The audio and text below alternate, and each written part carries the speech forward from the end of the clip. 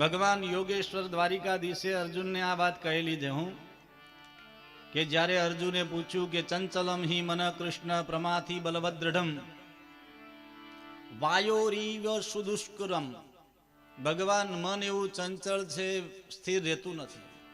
થોડી વાર આમ જાય, થોડી વાર આમ જાય. મનને સ્થિર કરવું કેવી રીતના? ત્યારે ભગવાને કીધું ચંચળ મનને સ્થિર કરવું એ અઘરી વાત છે, પણ આવી રીતના આ બધા ઉપાયોથી તમે મનને સ્થિર કરી શકશો.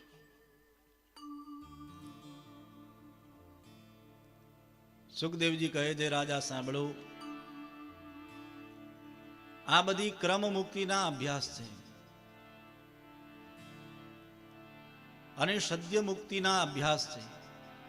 પણ રાજાને પ્રશ્ન થયો કે મહારાજ, હવે અમે સંસારી જીવ છીએ, અમે આ સંસારમાં જન્મ લીધો છે, તો અમારે બધા કર્મ કરવા પડશે, બધા ધર્મ નિભાવવા પડશે. તો ભગવાને આ દુનિયા કેવી રીતના બનાવી?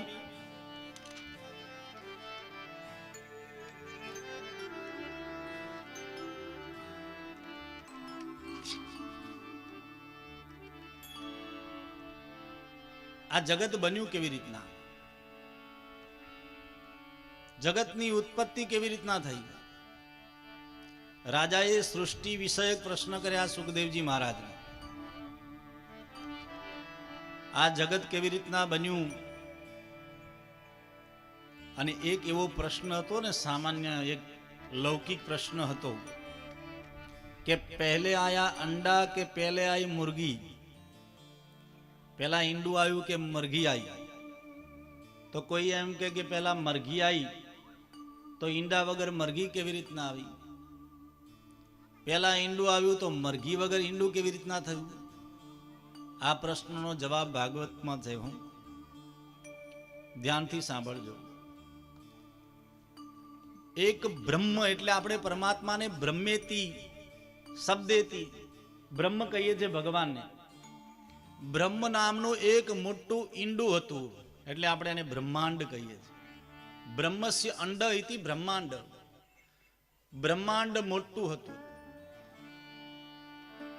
અને બ્રહ્માંડની અંદર ભગવાન બિરાજતા હતા. ભગવાનને થયું એકોહમ બહુશ્યામી, એકમાંથી હું અનેક થાઉં. ભગવાનના નાભી કમળમાંથી એક કમળ પ્રગટ થયું. કમળની અંદર બ્રહ્માજી પ્રગટ થયા. એક વાત ધ્યાનથી સાંભળજો. યદ બ્રહ્માંડે તત પિંડે, યદ પિંડે તત બ્રહ્માંડે.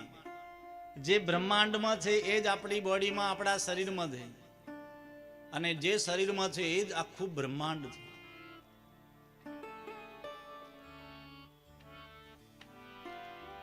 ભગવાન નારાયણની નાભી કમળમાંથી બ્રહ્માજી પ્રગટ થયા. બ્રહ્માજીએ ચારે બાજુ જોયું તો એકલું પાણી જ હતું, જલ હતું. ચારે બાજુ જોયું, 4 મુખ થયા. ઉપર જોયું, 5 મુખ વાળા બ્રહ્માજી બન્યા. પછી તો શ્રાપના કારણે 1 મુખ ઓછું થયું, પણ ચતુર્મુખો બ્રહ્મા, 4 મુખ વાળા બ્રહ્માજી બન્યા. બ્રહ્માજીએ જોયું કે આટલું મોટું જલ, હું કોણ છું? હું કેવી રીતના પ્રગટ થયું? મને કોણે પ્રગટ કર્યું? કઈ સમજાયું નહીં. બ્રહ્માજી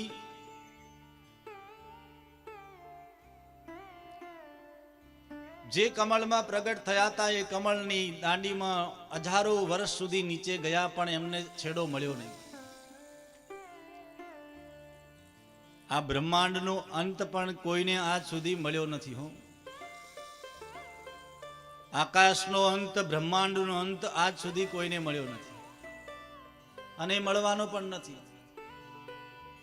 બ્રહ્માજીને અંત મળ્યો નહીં. બ્રહ્માજી આશ્ચર્યમાં પડ્યા, શું કરવું? હારી થાકી ઉપર પાછા જ્યાં કમળમાં બેઠા હતા ત્યાં આવ્યા. યત્સોડશમેકવિંશમ.